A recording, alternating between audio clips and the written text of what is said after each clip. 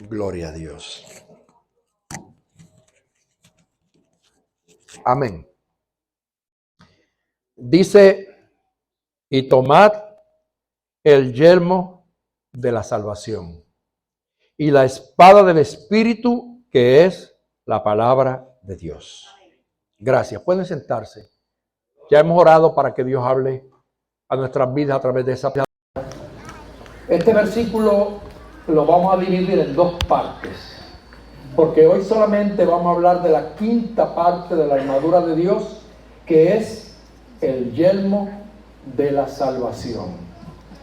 Ya nosotros estuvimos hablando en la primera parte acerca del cinto. Hablamos acerca del cinto de la verdad. Hablamos luego de la coraza de justicia. Hablamos también del escudo de la fe. Y hablamos también la última semana del calzado, del apresto del Evangelio. Y hoy queremos entonces dedicar este momento a hablar acerca del yelmo de la salvación. Y quiero traerle una ilustración compuesta de dos partes, porque estaba estudiando y leí dos cosas que me llamaron la atención, que tienen que ver con lo que voy a hablar en el día de hoy.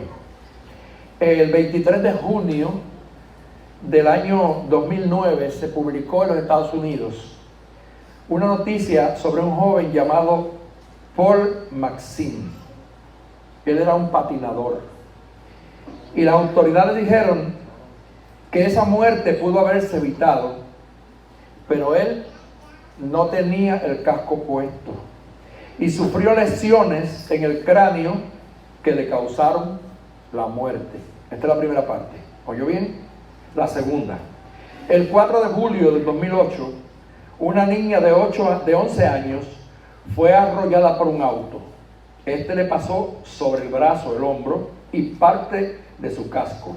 Sin embargo, solo sufrió lesiones leves.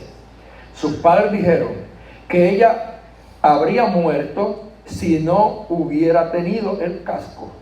Dos ejemplos para ver la importancia de tener el casco puesto. La primera, un hombre que pierde la vida porque sufre un accidente y al no tener su cabeza protegida, su cráneo se fracturó y murió. La segunda, una niña de apenas 11 años, atropellada por un vehículo que le pasa por encima, pero ¿sabe qué pasó? Que la goma del carro se encontró con el casco. Y aunque la golpeó fuerte, el casco protegió la cabeza de la niña y la niña no murió. Ok. Esto simplemente es algo literal y físico. Pero esto tiene que ver directamente con las cosas espirituales. Porque nosotros tenemos que ver que es increíble pensar que el uso de un casco es una protección en la cabeza que puede hacer la diferencia entre la vida y la muerte.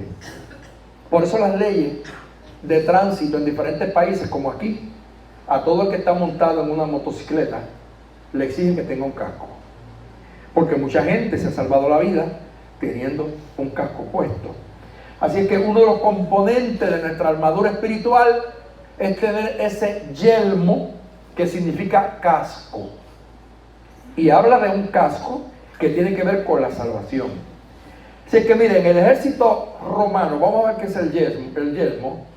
El casco protegía la cabeza.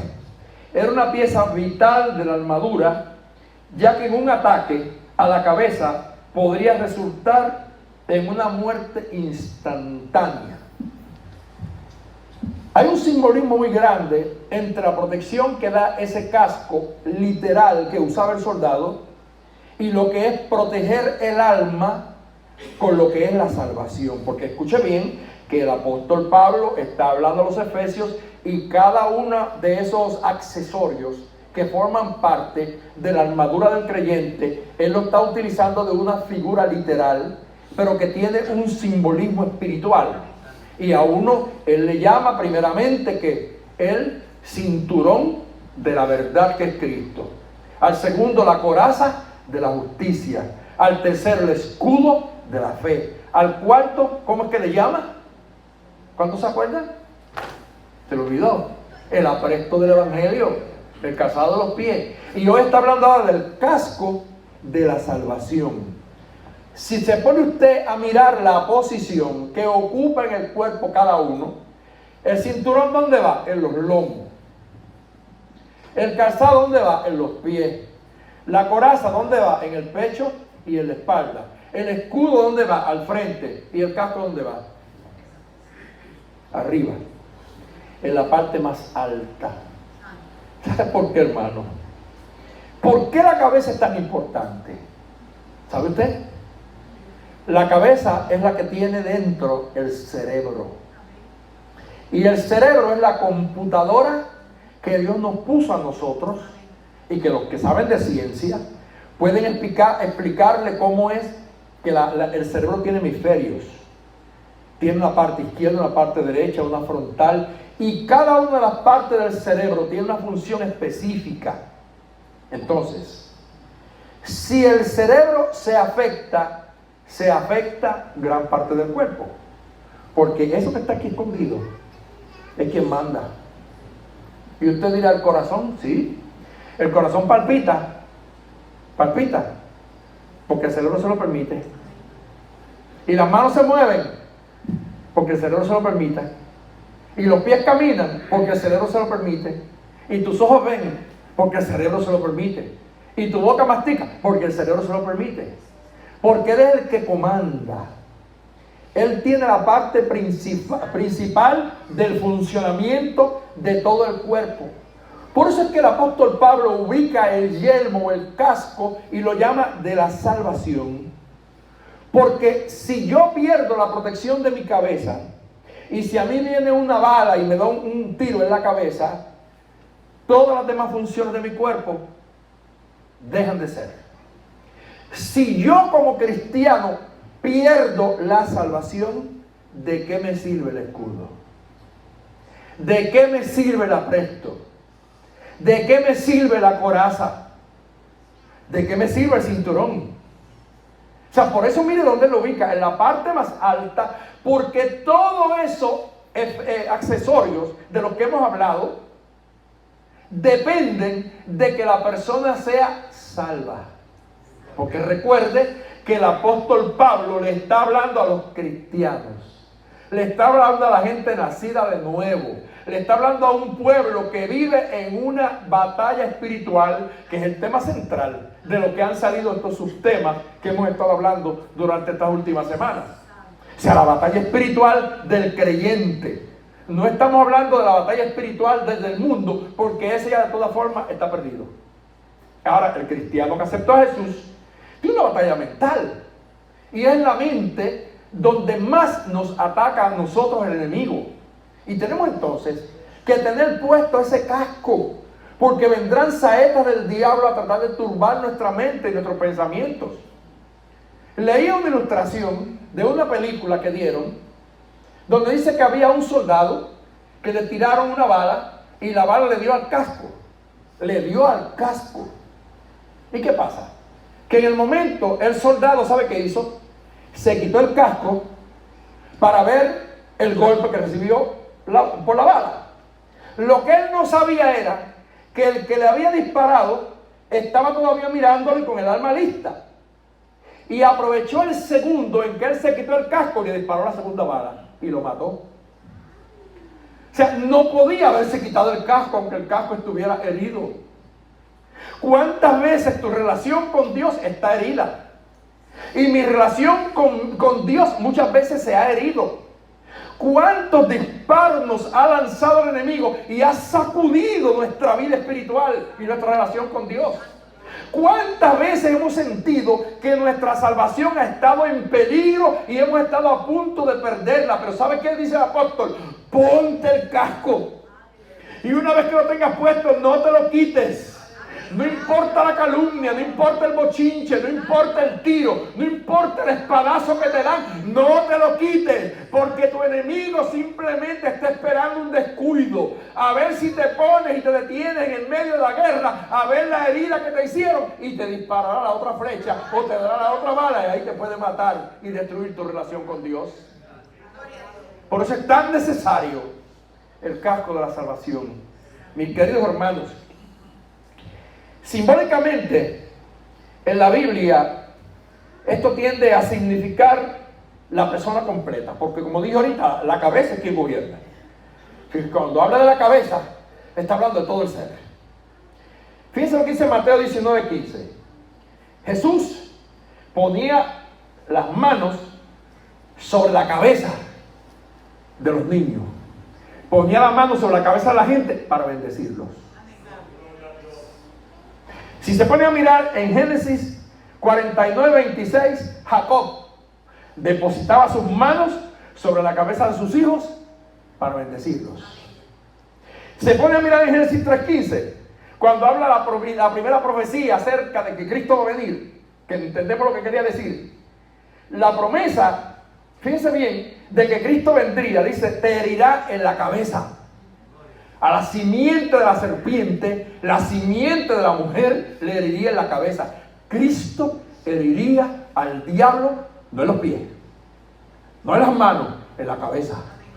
Porque la herida en la cabeza significa que hiere el cuerpo completo. Y cuando una persona le da un golpe en la cabeza, pierde la conciencia. Y usted sabe que cuando usted está inconsciente, usted es como un muerto. Porque la inconsciencia hacen con usted lo que quieren. Lo tiran donde quiera. Mire, usted no se da cuenta de nada. Hay golpes que nos da el enemigo, que a veces nuestra salvación se ve en peligro. Porque a veces los golpes son tan duros que como que nos quieren matar la conciencia. Y nos quieren dejar como ya, como usted sabe, como ahí, como que ya no podemos más. Hermano, en el día de hoy voy a usar una palabra bien común en Puerto Rico: sacúdete. Sacúdete, haz lo que yo hice. Mire, esta es parte de mi testimonio. Yo una vez, ya usted sabe que yo siempre hablo de Haití. Haití no puede faltar ningún mensaje mío. Yo iba para un lugar en Haití llamado Bonal, que Galdo conoce, Mara Carmín fue, Candy fue. Bonal queda en el norte de Haití y es un desierto. Yo fui para allá a fines de los 70, 79 por ahí. Entonces recuerdo que un día íbamos en un Jeep, de esa marca Jeep, que era del 1968. Esos Jeep tenían una sola tuerca en cada rueda. Una tuerca grande, nada más. Entonces, cuando vamos para ese sitio, imagínense, yo voy asustado y preocupado porque yo no sé para dónde voy. Yo nunca había visitado un desierto. Y el haitiano y el dominicano tienen un problema. Y es que cuando ellos dicen, eso es allí. ¿Verdad, hermana Berti? Eso es allí. Pero eso es allí, puede ser de acá a Mayagüez. Y siempre eso es allí. Y usted camina una hora y eso es allí. Estamos llegando. Sí, falta un chiquitito, un poquitito. Mire, hermano, y salimos como a las 4 de la tarde de Puerto Príncipe. Y llegamos a un lugar llamado Gonaïves, que fue la última ciudad. Y de ahí empezamos a entrar a un camino desierto donde de momento ya no se ve ni una casa más de cemento. Y más adelante ya no se ve ni una casa de cisne de madera. Y más adelante solamente se ven chozas de barro y de paja. Y ya no hay árboles de mango, ni hay árboles de naranja. Lo que usted comienza a ver, sabe que cactus y cactus y cactus, porque eso es un desierto, cactus por todos lados. Y yo decía, Dios santo, si Margot Pérez, mi mamá, llega a saber dónde yo estoy metido, se muere del susto. Y cuando íbamos rumbo a ese lugar, como a eso de las 11 o 12 de la noche, se le sale una tuerca a una de las ruedas de atrás del Jeep. Y no estamos hablando de una avenida, estamos hablando de un monte donde los caminitos son caminitos de piedra y usted veía lugares donde usted va subiendo una cima y cuando termina de subir empieza a bajar y a bajar y a bajar y de momento pasamos a un lugar donde el mar quedaba hacia la parte izquierda y el caminito quedaba como a 100 pies arriba del mar. O sea, por esa esquinita por ahí, unos caminitos hechos a pico y pala, por ahí teníamos que pasar y no mirar para abajo. No era fácil. Y usted sabe lo que es que en un camino tan difícil se le sale una tuerca a una de las ruedas de atrás y la rueda se sale y el jeep se cae de atrás y a esa negrura de la noche, esa rueda agarra monte abajo y se pierde y la tuerca ¿dónde la vamos a encontrar? Y digo, ¿ahora qué vamos a hacer? No pasa un alma, no hay tráfico, no hay nada. Y yo digo, bueno, ¿y qué vamos a hacer a esta hora? Pero ¿qué pasa? Que uno como misionero aprende, ¿verdad? Ya yo había aprendido que nunca salía con las manos vacías. Y yo me había echado en un bultito que yo llevaba, eché una corcha. Yo dije, por si acaso. Y cuando miramos para todos lados, no hay luz, no hay luna, no hay carro, no hay rueda, todo el mundo turbado, ¿qué vamos a hacer? Yo dije, yo voy a dormir. Y yo busqué así, entre el mar y el caminito, había un pedacito como el ancho de ese templo, que estaba un poquito llano.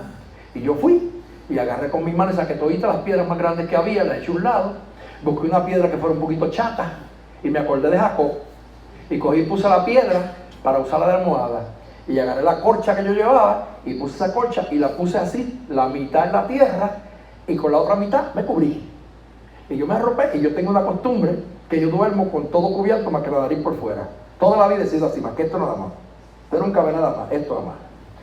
Y yo pues me embollé allí, oye hermano, y me dormí. Pero yo dormí como palo en aquel pedregal.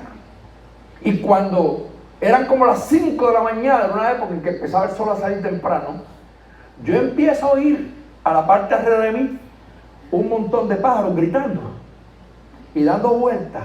Por eso le dije sacúdete. Y yo veía eso dando vueltas, y ¿sabe qué eran? Cuervos. Unos cuervos que existen en esos sitios solitarios y que ellos están buscando los cuerpos muertos para acabar con ellos. Al ellos ver de arriba ese bulto allá acostado, dijeron, aquí tenemos comida hoy. Y empezaron los cuervos a darme vuelta en el aire, a volar, a tirar sus gritos. Y yo a los gritos de los cuervos desperté. Pero ¿qué sucede? Me acordé que los cuervos lo primero que le sacan a la víctima, ¿sabe qué es? Los ojos. Por eso es que hay un dicho que dice, cría cuervos y verás cómo te sacan los ojos. Y yo leí que cuando los muertos, o sea, los que crucificaban en cruces, allá, en aquel tiempo, los colgaban en la cruz, los cuervos venían y esos reos todavía vivos, los cuervos le arrancaban los ojos. Y esa era gran parte del sufrimiento que tenían los que morían en cruz. Que aún vivos, los cuervos que buscan las partes más húmedas y más vulnerables, le arrancaban los ojos. Por eso venían y quebraban las piernas, para ver si podían acabar de matarlos rápido, porque el sufrimiento de un crucificado era terrible. Entonces, en ese momento yo dije, aquí tengo que hacer algo. Porque si me cae ese montón, era una bandada de cuervos negros, dando vueltas alrededor mío. Yo dije, si me caen encima, es lo que yo los quito, me matan. Pues, ¿qué hice? Me sacudí. Me quité la concha de encima y empecé a moverme a todo lo que da. Moví las manos y parece que los cuervos dijeron, aquí no hay comida, este está vivo. Y se fueron huyendo. ¿Qué sucede? Muchas veces nosotros en nuestra vida espiritual, nuestra salvación se ve en peligro. Porque llegan tormentas de la vida que nos tiran a una condición que ya no sabemos ni qué hacer. No permitas nunca perder tu conciencia. Porque cuando tú estás inconsciente, hacen contigo lo que quieren. Es como una pequeña muerte. Tú tienes que mantenerte orando y velando para que tu salvación en todo momento esté asegurando la vida completa de tu ser. Porque si pierdes la salvación, por más fe que tengas, de nada te vale la fe. Porque si pierdes la salvación, por más que hables de Cristo, de nada te vale el cinturón. Porque si pierdes la salvación, por más evangelio que conozcas, de nada te vale el conocimiento bíblico. Hay que ponerse el casco. El casco de la salvación, cuando el apóstol Pablo habla, es que te lo asegures. Miren, hermanos, yo tengo varios versículos de la Biblia que los quiero citar en el día de hoy porque son muy importantes. La Biblia nos habla claramente de que la cabeza es señal de autoridad. Es señal de señorío. Por eso le dije que es la que gobierna el cuerpo. Tan así que a Cristo en Colosenses 1:18 se le presenta como la cabeza de su cuerpo, que es la iglesia. Por eso las cosas hoy están tan malas en el mundo, porque hay gente, hay pastores, y yo soy pastor, pero lo digo porque es la verdad. Hay pastores que se creen que son la cabeza de la iglesia. Y la cabeza de la iglesia no soy yo. La cabeza de la iglesia es Cristo. Yo soy parte del cuerpo, soy uno de los miembros del cuerpo, pero la cabeza es Cristo. Y tú tienes que saber eso, la cabeza es Cristo. Colosenses 2:10 nos dice, es la cabeza de todo principado y potestad. Ok, no hay poder ni arriba, ni abajo, ni en el medio que esté por encima de la cabeza que es Cristo. Por eso es que Él dijo, las puertas del infierno no prevalecerán contra mi iglesia. ¿Por qué? Porque la iglesia es su cuerpo. Y como Él es la cabeza de esa iglesia, por dura que sea la guerra contra la iglesia, la cabeza va a gobernar el cuerpo. No hay quien destruya la iglesia, hermano. Mire que la iglesia ha sido perseguida. Cuando la iglesia nace en Jerusalén, nace bajo persecución. Los primeros cristianos, muchos de ellos fueron mártires. De los 12 apóstoles, solamente el que murió de muerte natural fue el apóstol Juan, que murió de viejo. Y porque Dios hizo un milagro, porque lo trataron de hervir en aceite. Y Dios le dio la vida. Si no, hubiera muerto también como mártir. Así es que los apóstoles murieron como mártires por causa del evangelio. ¿Pero se murió la iglesia? No. Por cada uno que mataban, 1000 se convertían. Llegó la persecución de los Césares. Nerón le pegó fuego a Roma y culparon a los cristianos.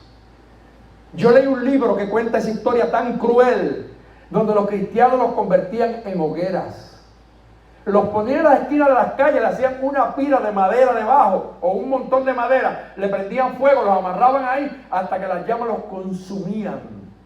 Pero a mí me gustó tanto la historia que se cuenta en este libro, porque cuenta de un soldado romano que se convirtió. Fue a perseguir un niño de apenas 8 años, que había escapado de las catacumbas para buscar comida para su familia. Y cuando estaba buscando comida para su familia, que estaba escondida allá en las catacumbas, que eran unas cuevas por donde habían minas de arena, y después que se acababa la arena, esas cuevas quedaban abiertas, y los cristianos se tuvieron que esconder en ese tiempo, en esas minas. Y el niño salía a buscar comida de gente benévola, que le daban comida para llevar a la familia. Y un soldado lo siguió y lo agarró por la mano y lo llevó a un templo tradicional, católico. Y quería que el niño se metiera en ese templo. Y él dijo, yo no voy. Y eso es ¿por qué? Porque yo soy cristiano. O sea, mire la valentía de un niño de 8 años que sabe que están matando a los cristianos, que están buscándolos a todos para matarlos. Y él, la experiencia que tenía con Dios era tan profunda que dijo, yo soy cristiano, se identificó. Hoy hay día gente que usted le dice, Dios te bendiga, hermano, no se debe decir amén porque la vergüenza es ser cristiano. ¿Usted lo ha visto eso hoy? Antes el saludo de los cristianos, hermano, Dios te bendiga, amén. Ahora tú le dices a alguien, hermano, Dios te bendiga, hola. Dios te bendiga, igualmente. Porque mucha gente hasta le da vergüenza de identificarse con el cristianismo. Y yo tengo una frase que es mía, toda la vida he dicho, es un privilegio ser cristiano, punto. Es un privilegio ser cristiano. Y aquel niño lo agarró él y lo obligó a llevarlo donde sus padres. Y el niño lo llevó a la catacumba. Y allí los padres del niño le predicaron al soldado y el soldado se convirtió.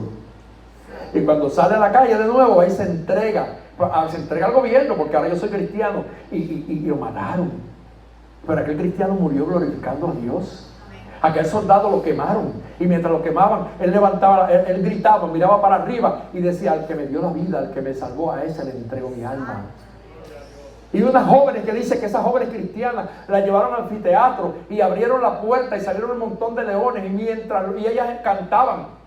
Y los leones venían rugiendo para comérselas y ellas cantaban tranquilas. Y mientras ellas cantaban, al que nos salvó, al que nos dio la vida, a ese le entregamos el alma. Ahí los leones ahogaron sus voces y las mataron. y murieron en victoria. ¿Usted cree que el estar usted y yo hoy, el estar hoy usted y yo aquí en el templo ha sido fácil? No. Esto le costó la vida a miles, a millones de cristianos. Pagaron un precio caro que si la iglesia de hoy se diera cuenta de cuánta sangre se ha derramado en el mundo por el nombre de Cristo, los templos estuvieran llenos de agradecimiento. Así es que, hermanos, es una batalla grande la que ha tenido la iglesia siempre. Y ha tratado siempre que el enemigo de herir la cabeza. Cristo es la cabeza de la iglesia. Lo mataron, pero resucitó. Pedro, un hombre que Dios utilizó para ser el primer pastor allí en Jerusalén, que predica su primer mensaje y se convierte en 3,000 almas, y su segundo mensaje se convierte en 5,000 almas, 8,000 almas en 2 mensajes. ¿Sabe lo que es eso? Y decía alguien que había que predicar 3,000 mensajes para que se convierta a uno. Oiga, qué tremendo. Y también a Pedro lo matan. Pero mataron a la iglesia. No, la iglesia siguió para adelante. Y a Jacobo le cortaron la cabeza. ¿Y usted cree que la iglesia se cerró? La iglesia siguió. Porque no hay quien destruya la iglesia del Señor, porque es el cuerpo de Cristo y Cristo es su cabeza y Cristo la defiende. Y Él está con nosotros y nos da la victoria. Gloria sea el nombre de nuestro Señor Jesucristo. Efesios 1:22 dice que Dios lo dio por cabeza a todas las iglesias. Así es que todas las iglesias deben de saber que la cabeza es el Señor. Bueno, es tan importante el señorío que aún Pablo, hablando en Efesios 5:23, dice que el marido es cabeza de la mujer, así como Cristo, cabeza de la iglesia. Y disculpen, que hoy en día el feminismo no quiere que yo lea este versículo, porque las feministas hoy en día no quieren oír eso de que el hombre es la cabeza de la mujer. No, porque las cosas cambiaron hoy en día. Y hay muchas mujeres que son cabezas hoy en día, que mandan en la casa, que mandan donde quiera. Y no, ¿verdad? No dice ponga bravo conmigo aquí. Pero es que la verdad, ¿se sabe? Silencio en la corte que allí en el juez.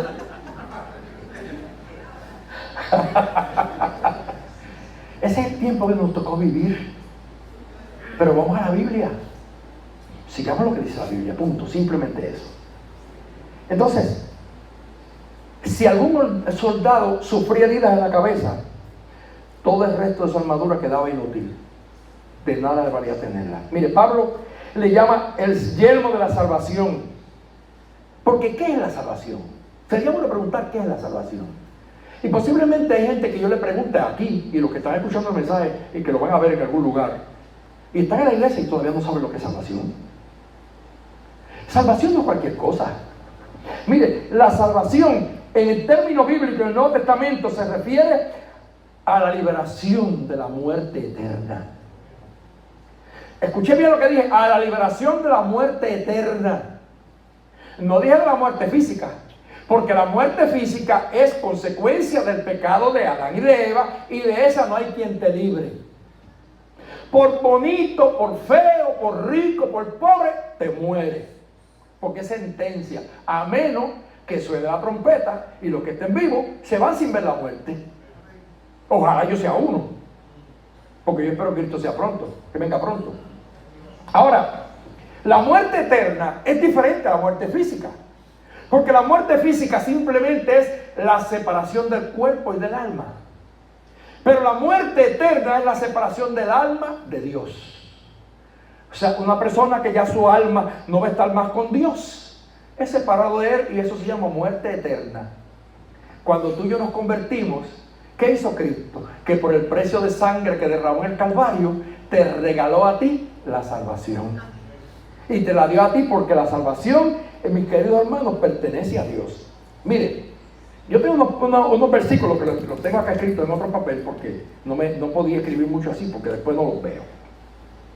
Pero fíjense, Romanos capítulo 6:23, miren lo que dice. Porque la paga del pecado es muerte, mas la dádiva de Dios es vida eterna en Cristo Jesús, Señor nuestro. Y cuando habla de dádiva, está hablando de regalo, de don, porque la Biblia dice que la salvación yo no puedo ganármela. Yo no me la gano con obras, no me la gano regalando compras a la gente, ni me la gano regalando dinero. La salvación yo me la gano creyendo en Jesucristo como Salvador y escapando de la eterna condenación. Porque la Biblia dice que la salvación no es por obras para que nadie se gloríe. ¿Por qué? Porque imagínese usted, un pobre no puede ayudar a nadie, no tiene obras porque a veces lo que tiene es para comer él y sus hijos. Pero el rico puede dar en abundancia, como han hecho en estos días un montón de hipócritas, perdonando porque le cae mucho, un montón de hipócritas que en estos días sacaron dinero y regalaron un carrito a los muchachos de los residenciales, lo llevaron aquí, lo llevaron allá y le dieron, pero ¿a cambio de qué? Porque muchas veces todo eso se da con un interés. Yo conozco casos y recuerdo, bueno, no voy a mencionar muy bien, pero yo recuerdo que en un área que yo conozco, había un hombre que era el traficante de drogas más grande de todo el barrio, que tenía el control de todo, y todos los días de Reyes salía y se montaba en un buey, y caminaba por todo el barrio y le daba regalos a todos los niños, y la gente lo veía, Dios mío, qué hombre bueno, ¿Y cuánto se estaba llevando por el medio? ¿Y a cuántos muchachos estaba quitando la vida con el vicio de droga que tenía, que lo utilizaba para vender droga y cuando ya no podían, no le eran útiles más, le daban droga envenenada y los mataban? Así es. Entonces, hoy en día estas festividades se han convertido en actos de hipocresía, donde detrás de lo que se hace para que la gente vea y aplauda, hay una agenda escondida para ganar almas para el mismo diablo, para cautivar a la gente en vicios, para hacer cosas tremendas. Por eso tú y yo tenemos que saber, hermano, qué es la salvación. Porque la salvación no es por obras. No es porque tú regales ropa, ni que regales dinero, ni que le lleves comida a los pobres. Todo eso es bueno y hay que hacerlo porque es parte de la labor social de la iglesia. Pero por encima de todo eso, la salvación no tiene que ver con eso. Tú puedes ser la mejor persona dando comida a los pobres y si no te arrepientes y naces de nuevo, estás tan perdido como el mismo diablo. Pereces tú y perece tu dinero. Así que por eso la gente está confundida. Hay muchos religiosos que te dicen, no, si yo no le hago mal a nadie, yo de la compra que hago en casa le reparto a todo el barrio. Sigue haciéndolo, no está malo. No está malo, pero eso no te salva. Usted no ve gente por ahí que los chavitos que tienen del Seguro Social los gastan comprando sacos de comida de perro y se van por ahí por las calles a darle a todos los perros realengo comida porque creen que eso lo va a llevar al cielo. Eso no va a llevar al cielo. El perro se murió y se acabó porque el perro no tiene alma. Así que hay que pelear por el alma nuestra. Por eso el apóstol Pablo dice, ponte el casco de la salvación. Cúbrete tu cabeza, cúbrete tu cerebro, cúbrete tu mente. Porque la mente es el campo de guerra más peligroso que existe en nosotros. Cuando nuestra mente comienza a jugarnos negativamente, si no sabemos controlarla, hay peligro por la salvación. Porque el enemigo es experto. Mire, fíjese bien, también dice aquí la Biblia, en Juan 3, 16, 17, mas Dios muestra su amor para con nosotros, en que siendo aún pecadores, Cristo murió por nosotros. Pues mucho más, estando ya justificados en su sangre, por Él seremos salvos de la ira. Porque si siendo enemigos fuimos reconciliados con Dios por la muerte de su Hijo, mucho más, estando reconciliados, seremos salvos por su vida. O sea, la salvación es un don gratuito. Dios no te cobra a ti nada. O el día que tú viniste aquí para orar por ti, para que tu nombre fuera escrito en el libro de la vida, dijimos, no, tienes que pagar tanto. Si no, no te oramos. No, oramos por ti, te entregamos al Señor, porque el precio lo pagó Cristo ya por ti. Tu deuda fue salva. A mí me encanta ese himno que cada vez que lo canta, no me olvido yo de mi hermana Elizabeth de Mata. ¿Se acuerdan? Una miembro que tuvimos aquí que la amábamos tanto, Elizabeth de Mata. Y cada vez que ella dirigía, cantaba ese himno que dice, la cuenta antigua arregló. ¿Se acuerdan? La cuenta antigua la arregló. Vamos a cantar un dialecto, que ese himno es tan bonito. Mucho A, que mucho yo debía y nunca yo pagaba. Mas vino Jesucristo y la cuenta la arregló. Eso es lo que hizo Cristo contigo y conmigo. Él pagó la cuenta de nuestros pecados, la saldó ante el Padre y nos dio una salvación de gratis que a ti no te costó nada, solamente un acto de fe. Pero Cristo pagó el precio por ti, por mí en el Calvario. Así que esa salvación es muy delicada. Porque de tal manera amó Dios al mundo que ha dado a su Hijo unigénito para que todo aquel que crea no se pierda, mas tenga vida eterna. Porque no envió Dios a su Hijo al mundo para condenar al mundo, sino para que el mundo sea salvo por Él. Amén. Fíjense bien. También la Biblia dice, porque esto es bueno y agradable delante de Dios nuestro Salvador, el cual quiere que todos los hombres sean salvos y vengan al conocimiento de la verdad. Y Lucas dice, para dar conocimiento de salvación a su pueblo, para perdón de sus pecados. Y puedo citarle muchos versículos más que la Biblia nos habla acerca de lo que es esa salvación tan tremenda. Así es que la salvación no se puede ganar, es un regalo que Dios nos da. Fíjese, Efesios 2, 8 y 9 es el que nos dice, porque nosotros muchas veces nos preguntamos, ¿cómo recibimos la salvación? Y aún escucha, nosotros ya había un cristiano que decía, yo veo que todos ustedes los cristianos, nosotros cristianos, cada vez que va a un velorio y una persona es cristiana, enseguida en el mensaje lo mandan para el cielo. Y me decía, pero yo no creo eso, porque la salvación la sabe él y Dios. Y yo, bueno, es verdad, la salvación la sabe Dios, pero yo como siervo de Dios, la Biblia me dice que por sus frutos se conoce el árbol. Y si un cristiano vive de acuerdo a la voluntad de Dios y un cristiano fiel que vive la palabra, pues yo lo mando al cielo, porque yo sé que lo mando al cielo con fe y tranquilo. O sea, no me meto en terrenos que no me corresponde a mí meterme. Como hay otros que dicen, no, yo no creo en que si una persona en el lecho de muerte se convierte, que se salva. Eso está muy fácil. Yo conozco gente que me discuten eso a mí. No, porque eso es muy fácil. Después que han pecado, han matado, han hecho de todo, cuando están muriendo, viene un pastor y le ora y se salvó. Oye, qué bonito es así. Lo que pasa es que ellos se olvidó que la Biblia dice que la misericordia de Jehová es desde la eternidad y hasta la eternidad sobre los hijos de los hombres. Y que la Biblia dice que así como los cielos son más altos que la tierra, hizo Jehová engrandecer su misericordia sobre los que le buscan. Así que la misericordia de Dios es grande. Y ojalá y toda la gente, aunque sea un minuto antes de morirse, Dios le dé la oportunidad de que sea salvo. ¿Acaso aquel ladrón de la cruz, que la gente le llama el ladrón bueno, pero no era bueno porque era ladrón y los ladrones son malos todos? Pero aquel hombre en el momento final de su vida, cuando miró a Jesús, le dijo, acuérdate de mí cuando vengas en tu reino. Y en ese momento dado, Jesús no le dijo, bájate de la cruz y bautízate. No, Él le dijo, desde hoy estarás conmigo en el paraíso. Eso lo dijo Jesús, no lo dijo Pablo, no lo dijo Pedro, no lo dijo así, lo dijo Jesús. ¿Y quién soy yo entonces para poder enterar de juicio la relación que tiene Dios con una persona en específico? Si Jesús, que es el que da la salvación y que fue el que pagó el precio, sabía que aquel ladrón era malo, que había robado, que había, sabe Dios, matado, pero él dijo, desde hoy estarás conmigo. ¿Sabes por qué? Por la confesión que hizo. Porque si tú te arrepientes de tus pecados son borrados.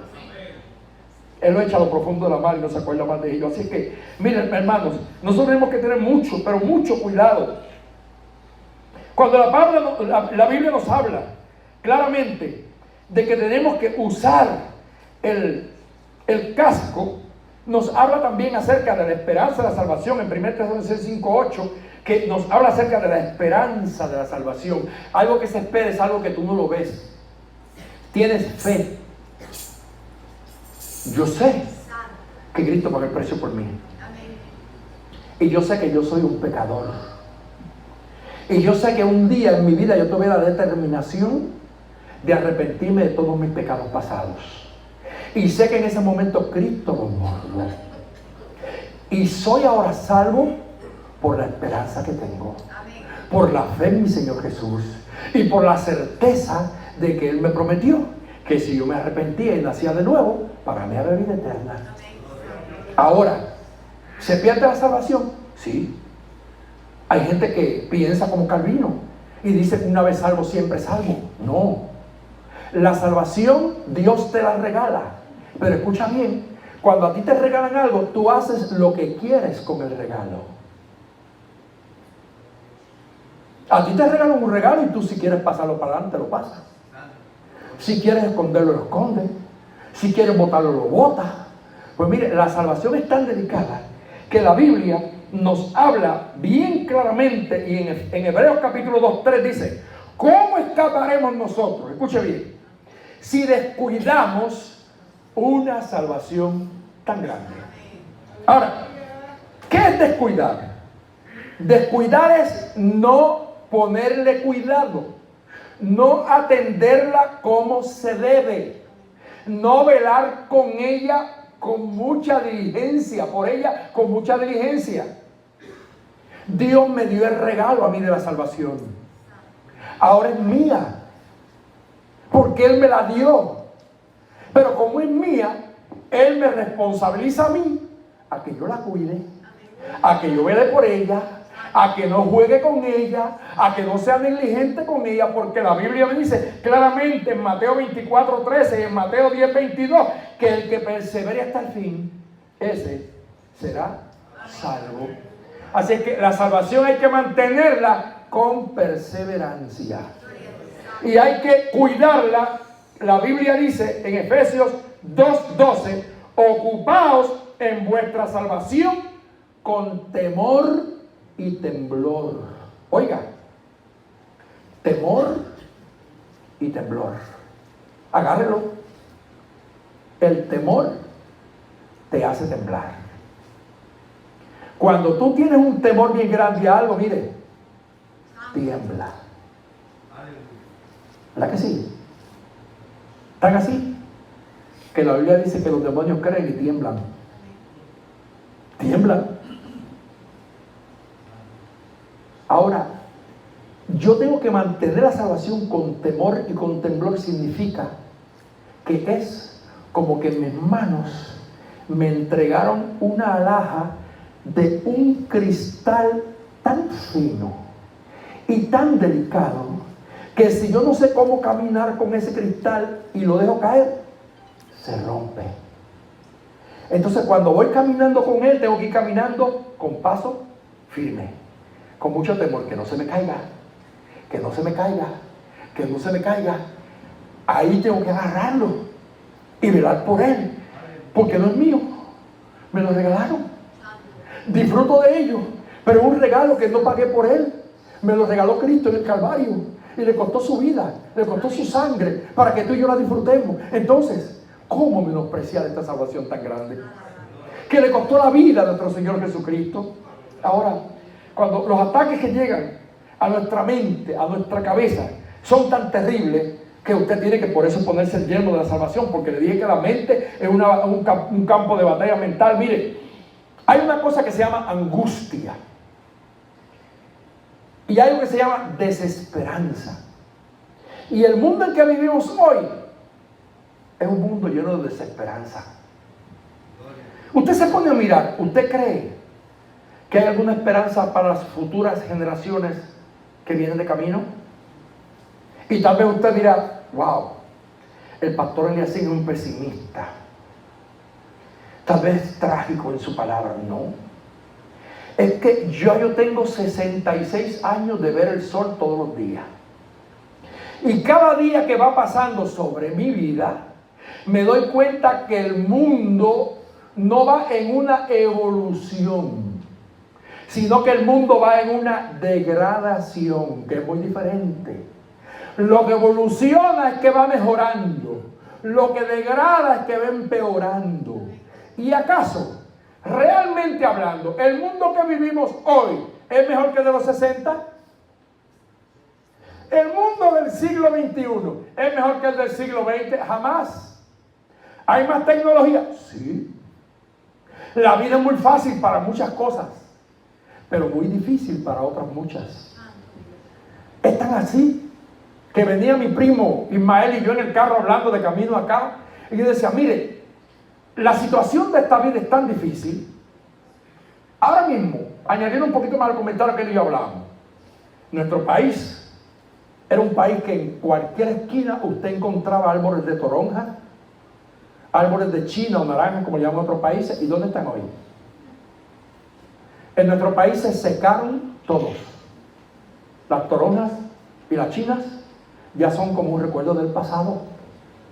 En mi terreno en Humacao yo tenía 7 árboles de toronja, que yo recogía toronja a veces por sacos. Hoy no aparece una toronja ni para comprarla. No, desaparecieron. ¿Por qué?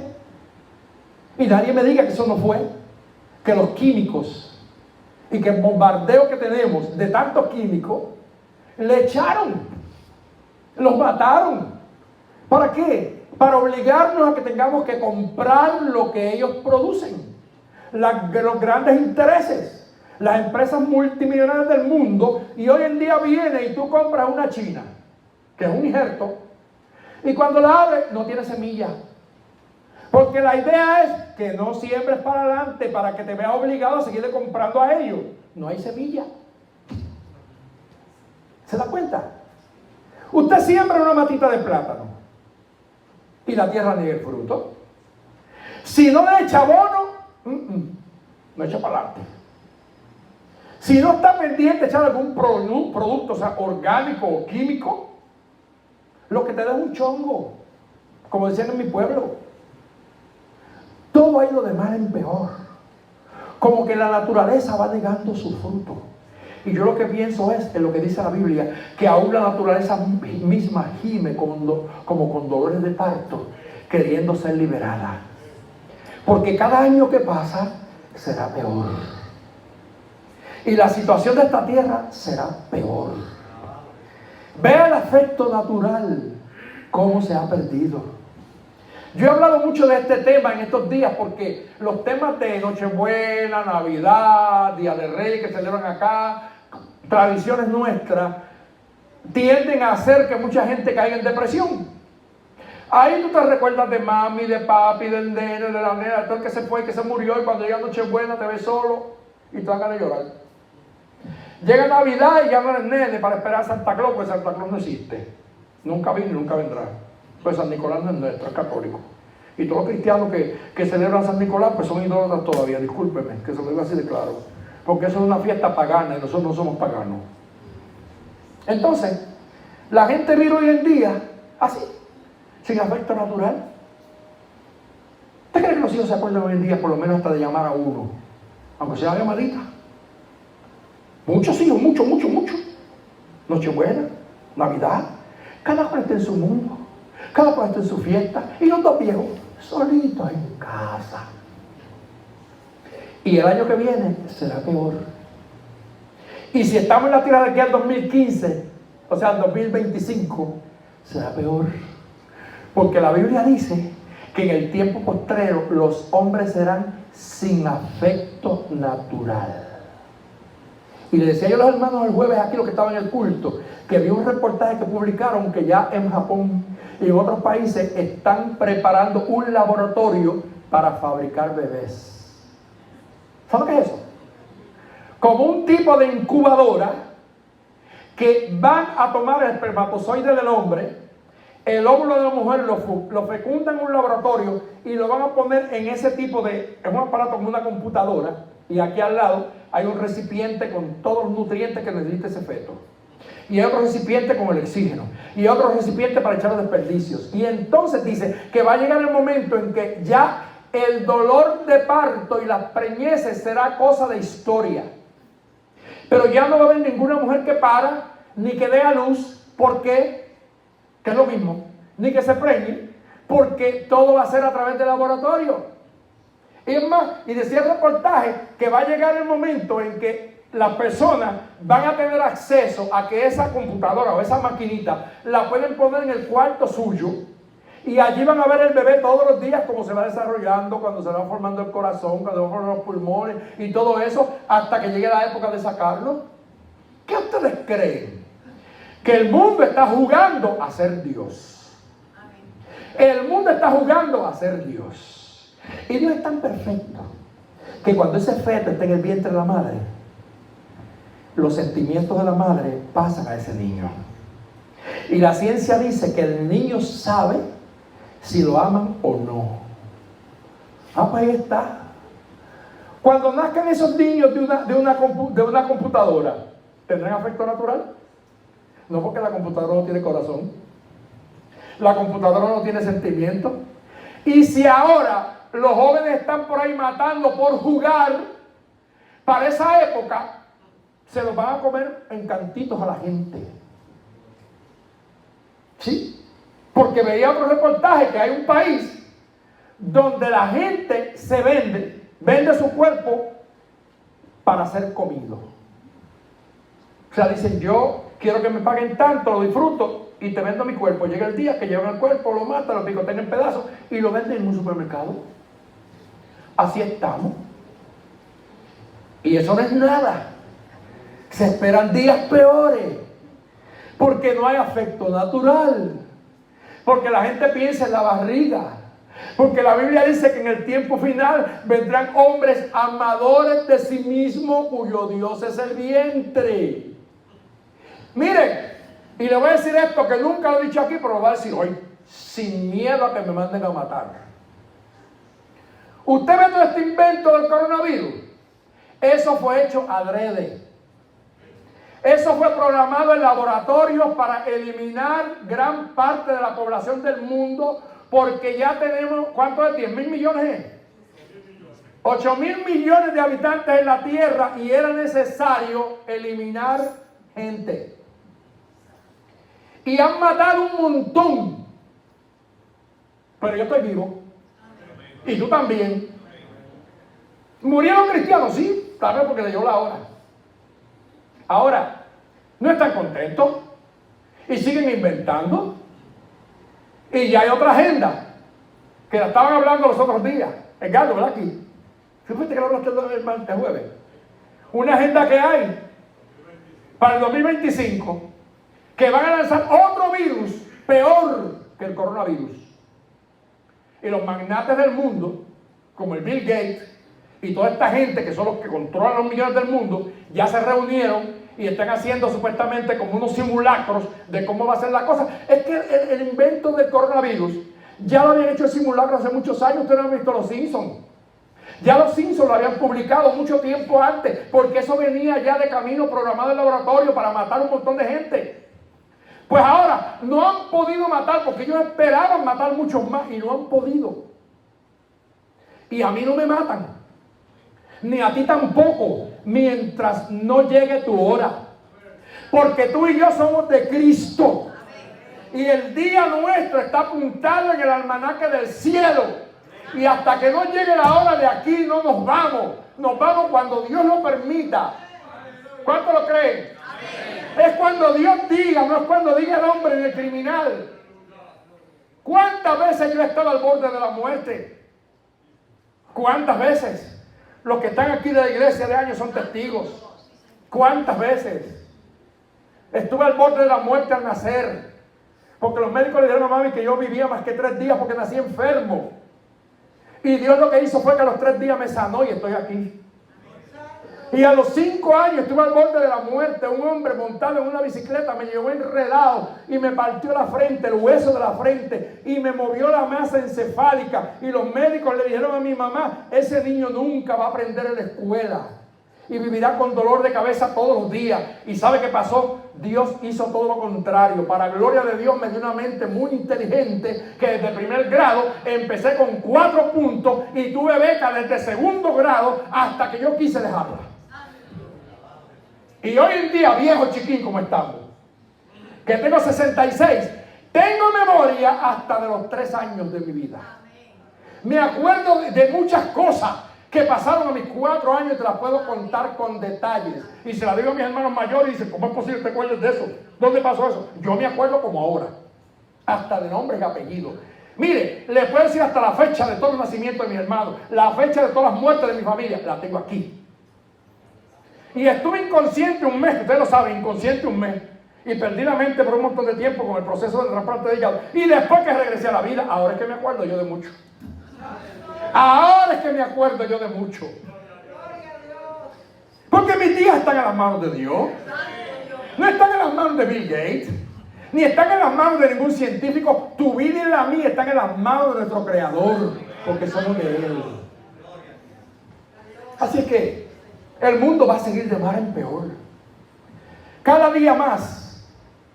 Ya estoy por terminar, pero mire, quiero decirle esto. La angustia y la desesperación reinan hoy. Hay mucha gente que están podridos de dinero, como se dice, podridos de dinero, y no son felices. No se pueden comer un canto de ñame con bacalao y disfrutarlo, porque el amor al dinero es tan grande que cada vez que se traga un canto de ñame se están tragando $1,000. Y le duele comerse el ñame por no gastar $1,000, como si se lo fueran a llevar a la tumba. ¿Sí o no? Y los hijos se matan cuando el papá muere por la herencia, porque cada cual quiere ser dueño de la casa y las dejan poder. Mire cómo están los pueblos de Puerto Rico, montones de casas abandonadas porque los hijos no se ponen de acuerdo nunca para vender la herencia, porque todo el mundo la quiere. Egoísmo. Y el mundo cada día más egoísta y las cosas de mal en peor. Entonces, la desesperanza ha hecho que la gente ya no vea el futuro. Lo que ven son días negros y usted ve a la gente matando. ¿Usted no ha visto lo que pasa que hay aquí? Porque la gente critica a Haití. Y Haití es un país que no tiene ley ni orden. Pero aquí supuestamente hay ley y orden. Aquí supuestamente hay ley de protección. Y aquí viene una mujer y se pone una ley de protección y la matan más rápido. Porque ¿para qué valen esos papeles? Esos son papeles, simplemente papeles y política. Firman una ley, que sigue una ley de protección, contra una ley de protección. ¿Pero qué protección? Es que para que tú seas protegido por la ley, tendría entonces que un policía vivir en la puerta de tu casa para protegerte las 24 horas, porque en el momento que no es el policía, viene el maleante y te mata. Así que vamos a decir que la ley de protección es una bobería. Simplemente papeles escritos y nada más. Así que todas las leyes del hombre son vanas y falsas. No hay esperanza. La gente tiene esa desesperanza tan grande porque se olvidaron del Creador. Otro de los enemigos que tiene nuestra mente, por lo cual tenemos que agarrar bien el casco de la salvación, es la duda. El diablo nos pone duda en nuestra salvación. ¿A cuánto ha llegado la duda aquí? ¿Cuántas veces el diablo te dice, ¿será verdad que te salva? ¿Estás seguro que tú eres salvo? Y lo grande es que el diablo es buzo.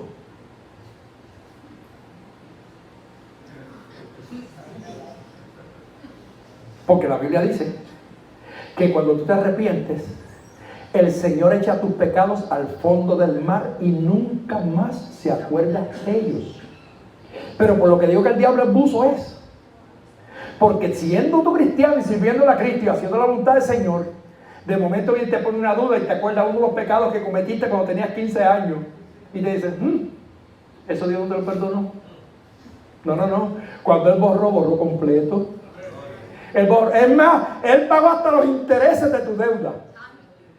Sí, porque las deudas siempre tienen un interés, ¿verdad? Cristo pagó hasta los intereses de tu deuda. Pero el enemigo no pierde tiempo en ponerte una duda, todo el tiempo una duda. Mire, ay hermano, mire, hay un bombardeo a diario para hacernos dudar de lo que ya Cristo hizo. Hay un bombardeo a diario, aún de los altares, de hombres y mujeres de Dios que ya no predican la verdad del Evangelio, que se han convertido en apóstatas y que antes creían en el rapto y ahora dicen que el rapto no existe. De hombres y mujeres que han usado por años el altar y que hoy en día se atreven a decir que Jesús no es Dios. De hombres y mujeres que en un tiempo hablaron en lengua, lanzaron el espíritu, profetizaron y ahora dice que eso eran emociones. Apóstatas de la fe. Que el Señor tenga misericordia de sus almas. Hermanos, hay una batalla, un bombardeo todo el tiempo por el cual tú y yo tenemos que tener el casco de la salvación puesto. Cada vez que venga una saeta del diablo a tu mente a decirte, Dios no te perdonó, repréndelo. No te salva, repréndelo. Yo soy salvo. Yo aprendí algo que lo voy a decir hoy, lo he dicho otras veces, pero lo voy a repetir, con esto me callo. A mí me enseñaron cuando era niño un corito que dice, no confunda religión con salvación. Salvación es algo que se siente, religión la tiene mucha gente. ¿Se acuerdan de ese corito? Y yo siempre lo practiqué y lo creí, hasta un día. Un día, estudiando yo en el seminario, un teólogo costarricense, que nunca me olvido de él porque fue uno de mis mejores maestros, nos dijo, mire, muchos cristianos vivimos equivocados, porque siempre nos han relacionado la salvación con un sentimiento. Y la salvación no es un sentimiento. Porque el sentimiento está ligado a las emociones. Y las emociones y sentimientos de los seres humanos varían de acuerdo a tu estado de ánimo. Hay días en que tú estás alegre porque las circunstancias que han vivido y tú te sientes cerquitita de Dios.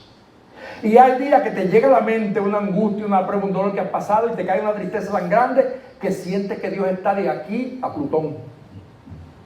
¿Verdad que sí? ¿A cuánto nos ha pasado? A todos. Entonces dice, y hay días que tú oras, ayunas, lees la Biblia, pasas el día en comunión con Dios, entras por la puerta del templo y ni un aleluya te sale por la boca. Y tú ves otros que se gozan, que brincan, que saltan, que hablan en lengua, glorifican a Dios y dicen, pero ¿qué pasa conmigo si yo oré, si yo ayuné, si yo leí la Biblia? No tiene nada que ver con salvación. Es tu estado anímico.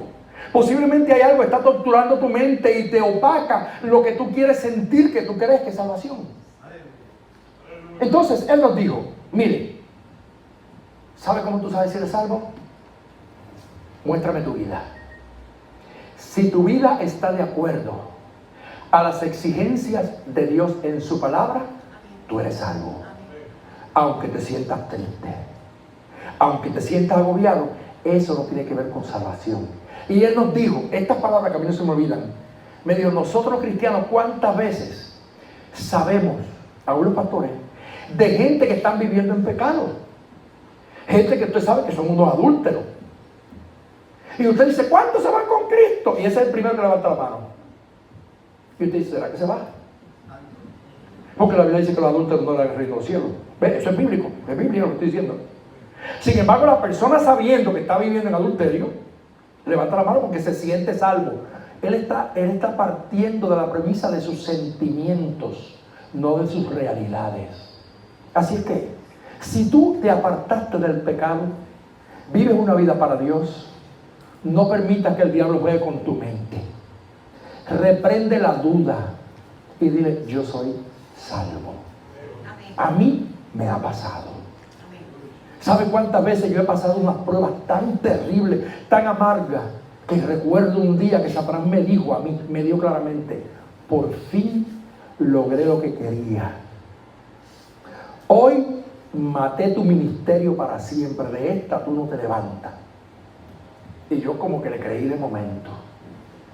Y me cayó una angustia y lloré y sufrí y casi me vuelvo loco, dejé de comer hasta un día que el Señor me dijo, levántate, quítate tus ropas de luto y vístete tus ropas de gala. Así me dijo, quítate tus ropas de luto y vístete tus ropas de gala, porque así dice Jehová, yo te he levantado y te he puesto de pie para mi gloria. Y yo me levanté y me quité aquellos andrajos de llanto y de angustia y de vergüenza y de dolor y dije, no, yo sé quién yo soy. Y Dios sabe quién yo soy. Aquí estoy. Y estoy de pie para la gloria de su nombre. ¿Satanás trató de jugarme con la mente? Sí. No prediques más. ¿Sabes cuánta gente quiere no predique el evangelio? Porque en un momento el diablo dijo, no prediques más, que la gente no te oye, y se callaron la boca. Un pastor que yo conocí, que la hija cayó en adulterio, o sea, en fornicación, quedó embarazada en la iglesia, y él dijo, yo no predico más el evangelio. Porque ahora mi hija me hizo avergonzar ante los hombres. ¿Y cómo me van a creer? Porque mi hija, pero es que tú no pecaste tú, pecó tu hija. O sea, el padre no pagará por el hijo, por el padre. ¿Entiendes? Y es así. Y recuerdo una pastora amiga mía que su hija quedó embarazada sin estar casada en la casa. Y muchos de los líderes de la iglesia decían, pastora, usted tiene que renunciar. Ellos, ¿pero y por qué? O sea, ¿acaso yo pequé? Yo no pequé. Pecó mi hija, ya pagará por su pecado. Y siguió para adelante. Y los que no estaban de acuerdo se fueron de la iglesia. Dios le trajo el doble de los que se fueron. Porque Dios no es como el hombre. El hombre no tiene misericordia. El hombre te juzga, te sentencia, te condena, te aplasta, te mata. Pero Cristo te dijo, yo estoy aquí todos los días para ponerte de pie. Porque si 7 veces cae el justo, 7 veces le levantará Jehová. Así es que Dios le bendiga. Ponte el yelmo. Ponte el yelmo de la salvación. Cúbrete la cabeza para que ninguna flecha te vaya a matar tu mente y que nadie te quite el gozo de tu salvación. David un día se sintió tan mal que dijo, vuélveme el gozo de la salvación y que tu espíritu noble me sustente. Hay veces que se nos va el gozo y creemos que la perdimos. No, está ahí. Simplemente brega con tus ánimos, con tus sentimientos y levántate en victoria. Dios está contigo. Que Dios le bendiga. Dios le guarde adelante, batallando por la fe.